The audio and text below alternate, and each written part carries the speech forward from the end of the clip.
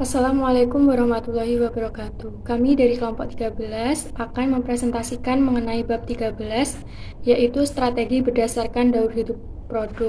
Di sini kelompok 13 beranggotakan Risma Oktavianti NIM 1903 10 10 02, Jenizar Kusnul Utami NIM 1903 10 10 08, Riko Ferianka NIM 1903 10 10 12, dan Elsa Erma Yudita NIM 1903 10 10 29. Materi yang pertama akan disampaikan oleh Riko Ferianka.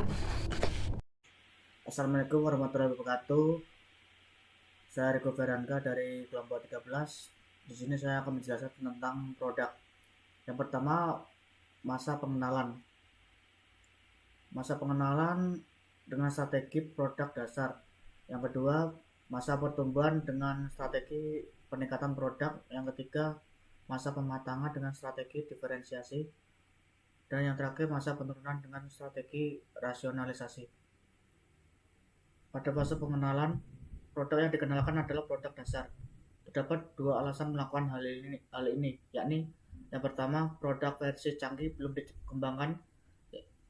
Yang kedua, sesungguhnya terdapat argumen strategis untuk tidak menunjukkan suatu produk dengan semua keistimewaan. Pada fase pertumbuhan, produk ditingkatkan dalam beragam cara, misalnya dengan menambahkan fitur-fitur baru.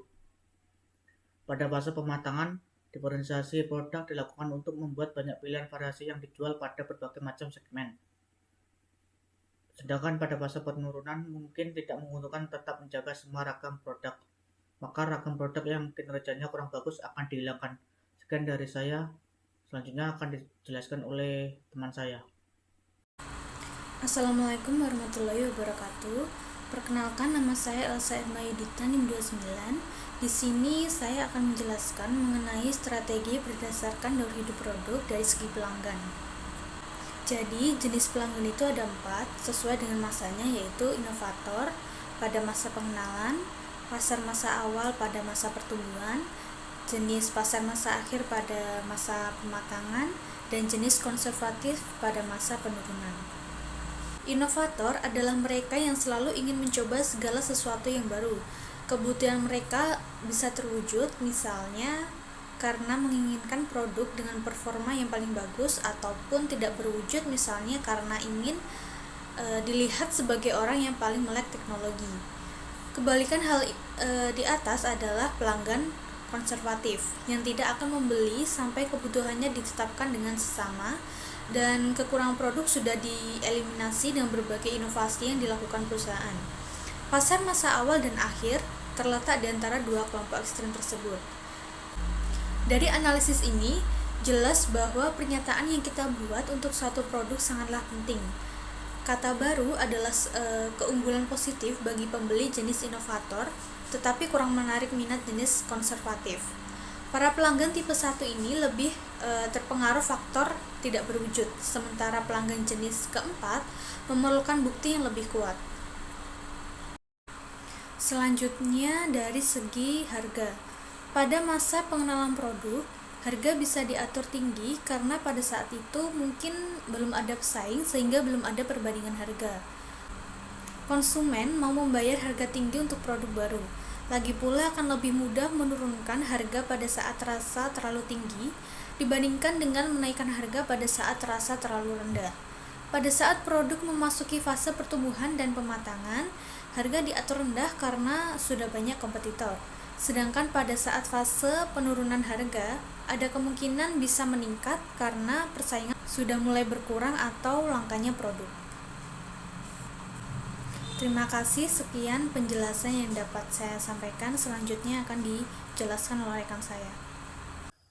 Assalamualaikum warahmatullahi wabarakatuh. Saya Jenizar Kusnul Utami NIM 1903 10 10 08. Di sini saya akan melanjutkan penyampaian materi. Yang keempat ada profitabilitas. Salah satu penyebab perusahaan tidak bersedia sebagai pelopor adalah karena pada saat launching membutuhkan biaya tinggi untuk melakukan edukasi, sehingga laba perusahaan akan menurun atau negatif.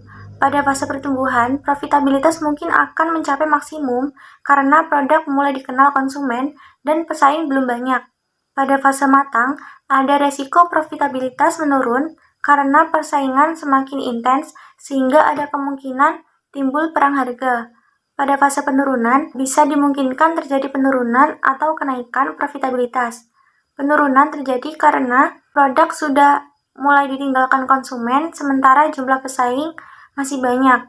Sedangkan terjadi kenaikan jika sudah banyak pesaing yang ikut meninggalkan bisnis, sehingga perusahaan bisa melayani jumlah pelanggan yang lebih banyak. Kemudian selanjutnya ada sasaran strategis. Pada fase pengenalan, terutama bila kita yang pertama memasuki pasar baru, maka para pelanggan mungkin belum tahu bahwa produk itu ada. Oleh karena itu, tugas kita adalah menciptakan pasar dan menjual konsep daripada menjual produknya. Pada fase pertumbuhan, tugasnya adalah mengembangkan pasar dengan terus meningkatkan ukuran totalnya dan meningkatkan market share merek kita. Pada fase pematangan, di mana persaingan mencapai puncaknya, kita akan ditantang pesaing untuk bisa mempertahankan pangsa pasar. Sejumlah besar budget pemasaran dialokasikan untuk retensi pelanggan dan mungkin sudah tidak ada pertumbuhan jumlah pelanggan. Pada fase penurunan, perusahaan semakin banyak kehilangan penjualan dan profitabilitas, sehingga omset yang didapat banyak dipakai membiayai biaya tetap. Strategi yang optimal dalam fase ini tergantung pada tindakan para pesaing utama. Jika pesaing utama memutuskan meninggalkan pasar, maka perusahaan akan lebih mudah mempertahankan pasarnya dan sebaliknya. Sekian dari saya, terima kasih. Di sini saya Risma Oktavianti NIM 1903101002 akan sedikit menjelaskan mengenai tujuan kegiatan pemasaran dan biaya pemasaran.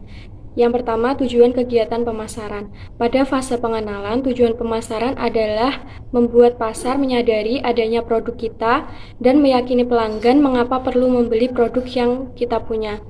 Pada fase pertumbuhan, menjadikan merek untuk dipilih konsumen sangatlah penting. Di sini dikarenakan pesaing sudah mulai banyak dan kebutuhan akan produk sudah disadari dengan baik oleh konsumen. Kemudian pada fase pematangan, di sini berjuang untuk mendapatkan kesetiaan pelanggan, dan pada saat fase penurunan tujuan ditetapkan secara selektif dengan melihat kondisi persaingan yang ada pada saat itu. Kemudian biaya pemasaran. Biaya pemasaran di sini yang pertama adalah peluncuran produk membutuhkan biaya yang sangat penting dan terus berlanjut sampai masa pengenalan produk. Pada fase pertumbuhan, biaya pemasaran akan tetap tinggi karena perusahaan butuh penetrasi pasar dan penguasaan market share. Tetapi persentase biaya pemasaran menurun karena jumlah pelanggan yang semakin banyak. Pada fase pematangan, tugas seorang pemasar adalah menurunkan biaya sampai titik terendah karena penekanannya untuk meneruskan penjualan dengan cara promosi yang sudah ada daripada membuat inisiatif pemasaran yang baru. Kemudian pada saat fase penurunan, biaya pemasaran rendah karena perusahaan mungkin hanya bertahan dengan memanfaatkan pelanggan yang tersisa. Sekian presentasi dari kelompok 13, kurang lebihnya kami mohon maaf. Wassalamualaikum warahmatullahi wabarakatuh.